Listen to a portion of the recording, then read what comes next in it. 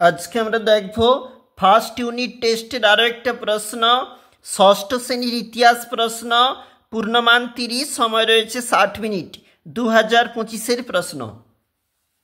নিচের প্রশ্নগুলি সঠিক উত্তর দাও। 1 গুণ 5। হরপ্পা সভ্যতার বাড়িগুলি কি দিয়ে তৈরি হতো? সঠিক উত্তরটা আমাদের হচ্ছে যেগুলা তৈরি হতো কিন্তু পোড়া ইট দিয়ে। পরের প্রশ্ন দেখো, আদিম মানুষের জীবনে জরুরি আবিষ্কার আগুন। বনে লাগা আগুনকে বলা হতো দাবানল। হরপ্পা সভ্যতার উঁচু এলাকাকে বলা হতো সিটাডেল। হোমো হাবিলিস কথার অর্থ কিন্তু হচ্ছে দক্ষ মানুষ, মানে আমাদের প্রথমটা। মেহেরগড়, নিচের প্রশ্নগুলির এক কথায় উত্তর দাও 1 নাম্বার করে। মেহেরগড় সভ্যতা কে আবিষ্কার করেন? জাফাসোয়া জারিজ। প্রথম নগরায়ণ কোথায় গড়ে উঠেছিল? হরপ্পা সভ্যতাতে। হর্ষচরিত কার রচনা? বানভট্টের রচনা। এলাহাবাদ প্রশস্তি কোন সম্রাটের উপর লেখা? যেখানে সমুদ্রগুপ্তের উপর লেখা, এখানে ভুল লেখা রয়েছে, এটা হবে সমুদ্রগুপ্ত। কনিষ্ক সিংহাসনে বসেন কত খ্রিস্টাব্দে?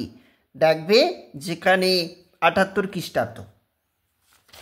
পরবর্তী পেজ দেখো, নিচে বলেছে 2 নাম্বারের কোন প্রশ্ন আমাদের বলেছে, দেখো যেখানে আদিম মানুষ একসময় যাযাবর ছিল কেন? আগুন জ্বালাতে শেখার ফলে আদিম মানুষের কি কি সুবিধা হয়েছিল? আদিম মানুষ জোট বেঁধেছিল কেন? হোমোসেপিয়েন্সের বৈশিষ্ট্য কী ছিল? পুরনো পাথরের যুগে মানুষের জীবনযাত্রা কেমন ছিল? 4 দাগের প্রশ্ন 2 নাম্বার করে। এখানে দেখো যেখানে 2টি প্রশ্ন বলেছে আমাদের, মানে 3 নাম্বার। ভীমবেটকা সম্পর্কে যা জানো লেখো। টিকা লেখো মেহেরগড়ের সমাধি অথবা হরপ্পা শিলমোহর। আদিম মানুষের জীবনযাত্রা কেমন ছিল?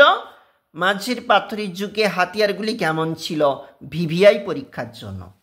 5 দাগের প্রশ্ন 4 নাম্বার করে। হরপ্পা সভ্যতা নগর পরিকল্পনা কেমন ছিল? হরপ্পা সভ্যতার ধ্বংসের কারণ কেমন ছিল? কারণগুলি লেখো। পুরনো পাথরের যুগের মানুষের জীবনযাত্রা কেমন ছিল? পুরনো পাথরের যুগের সঙ্গে নতুন পাথরের যুগের পার্থক্য লেখো। অবশ্যই দেখবে। আর আমরা তো দেখছিলাম ষষ্ঠ শ্রেণী ইতিহাস প্রশ্ন।